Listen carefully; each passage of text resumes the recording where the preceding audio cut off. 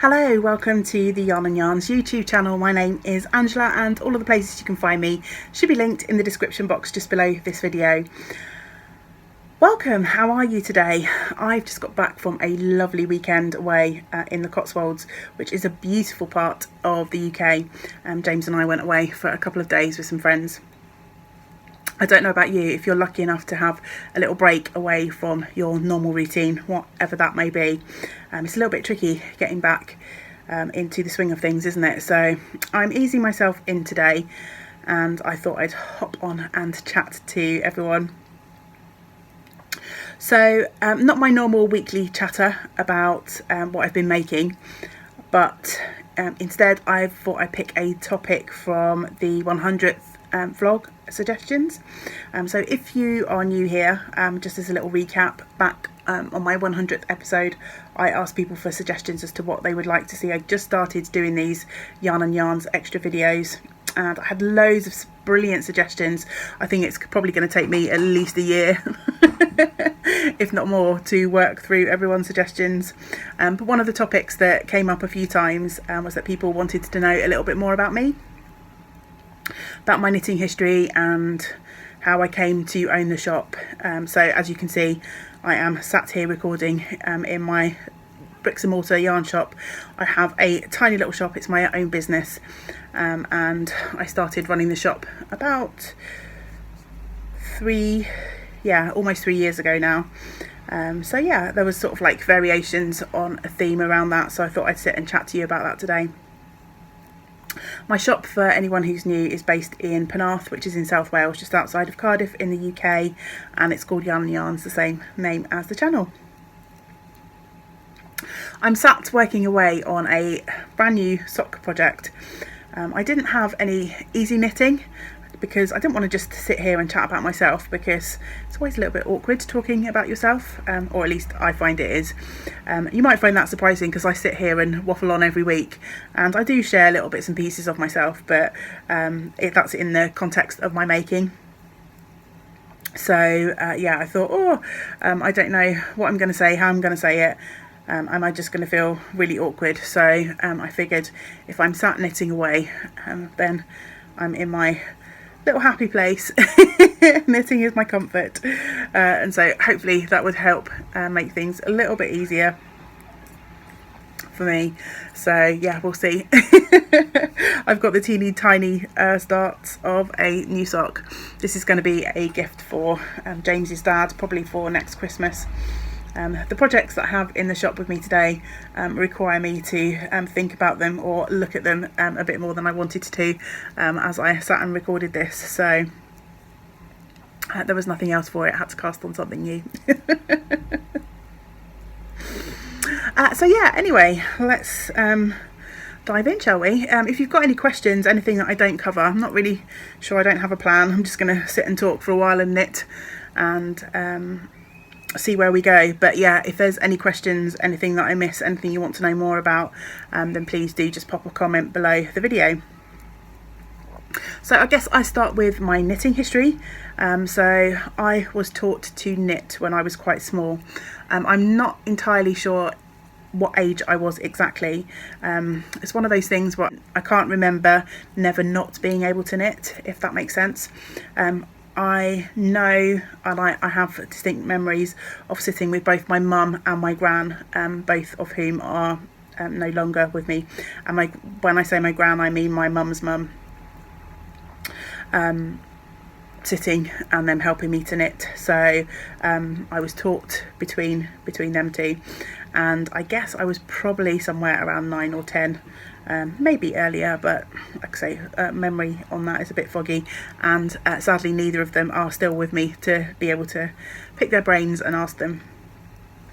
But yeah, standard kind of story. Learnt to knit some things for teddy scarves and doll blankets and that sort of thing, as I think most of us probably have that kind of project in our minds as things that we first knit when we learnt.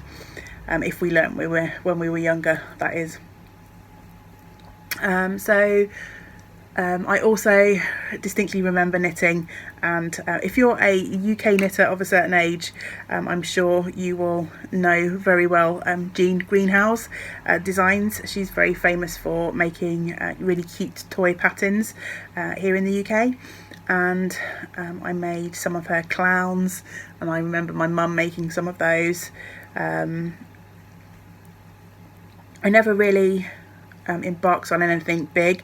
I guess the sort of Jean Greenhouse toys were the most intricate thing, because there are lots of little bits and pieces that you need to then sew up and stuff. That was probably the most intricate thing that I did when I was younger.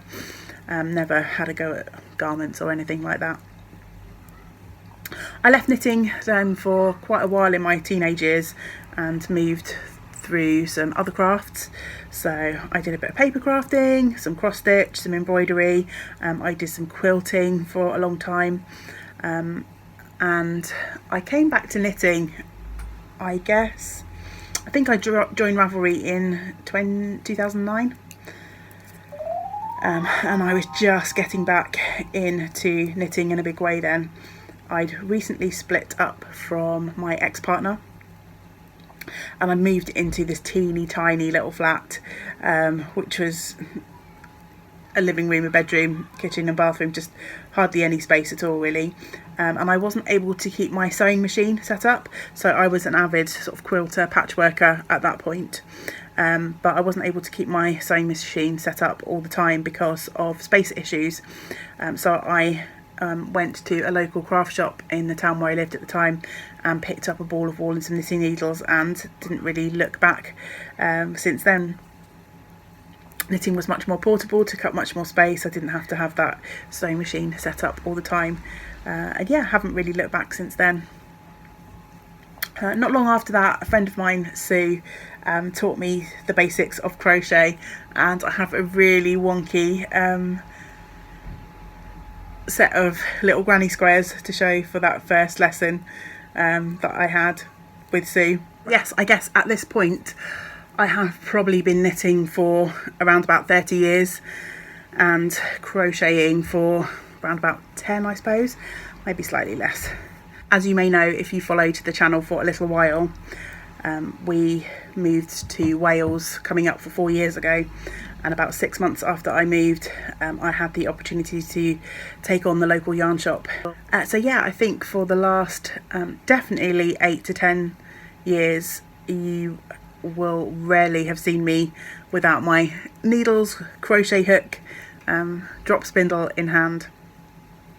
I am completely, thoroughly, utterly obsessed, and people ask me how I get so much done, and it's literally because I do it a lot.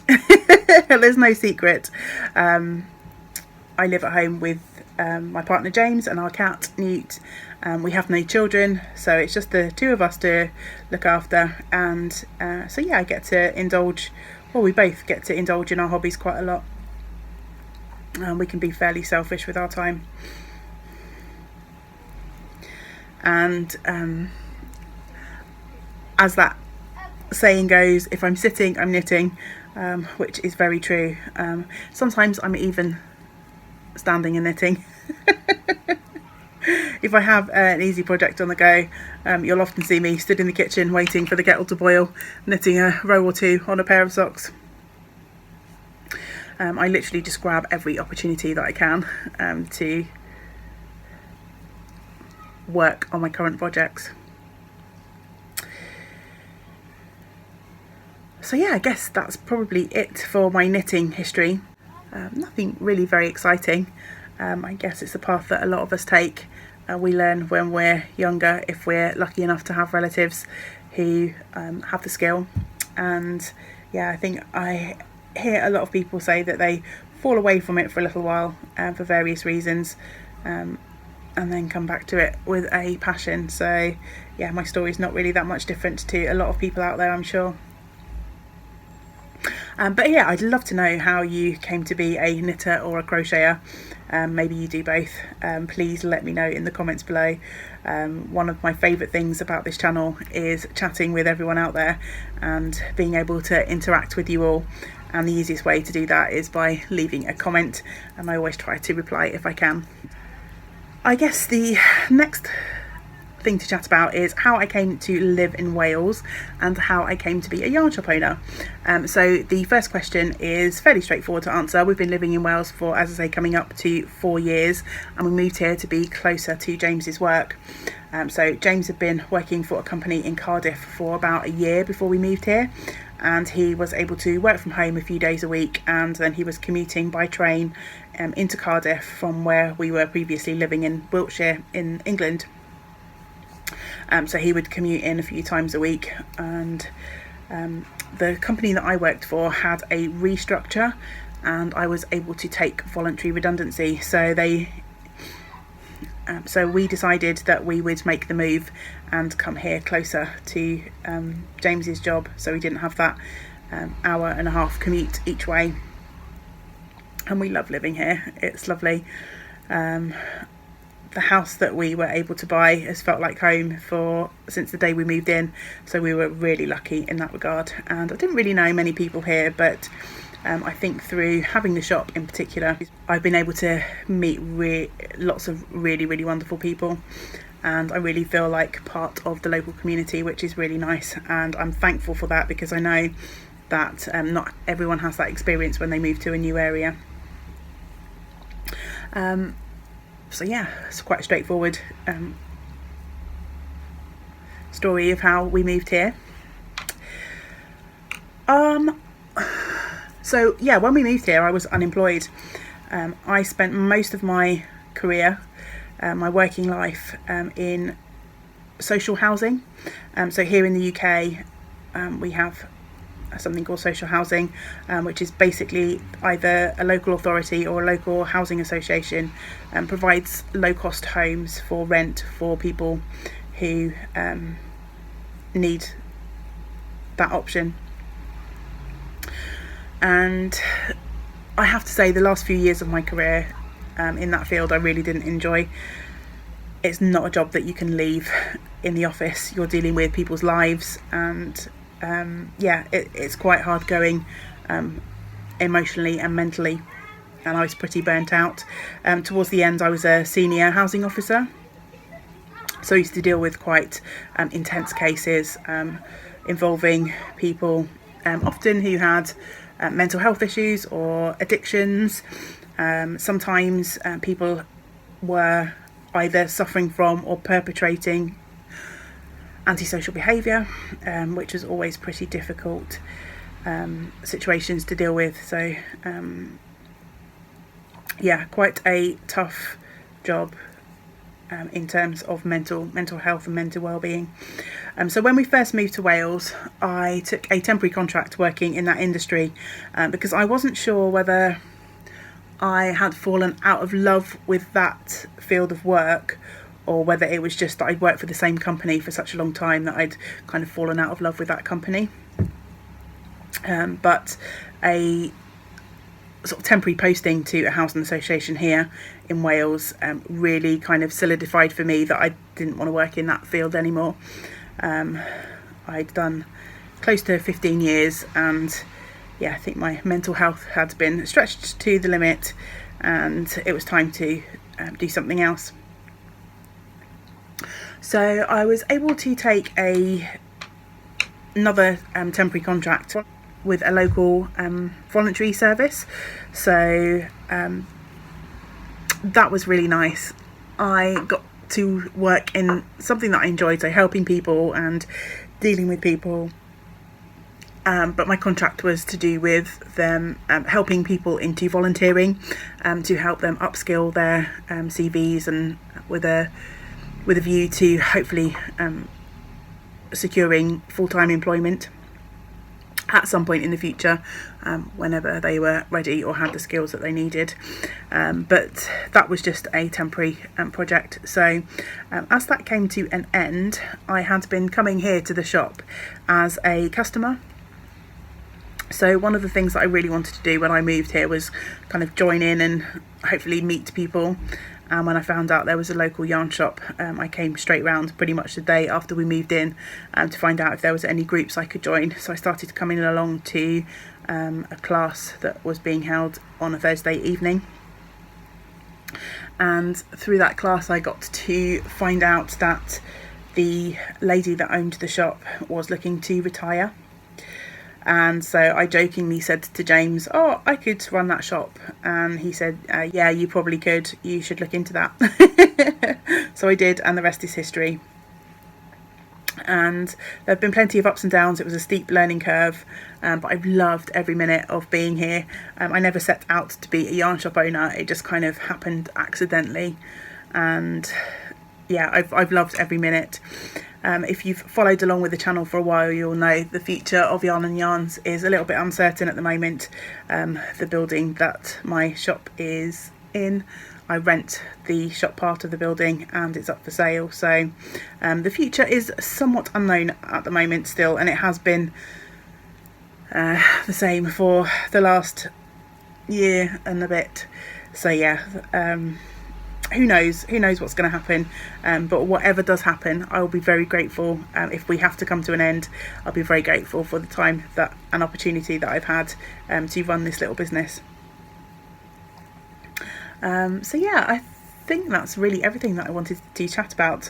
I started knitting when I was little, and I moved here to Wales for James's job, and I accidentally became a yarn shop owner. It all just kind of fell into place.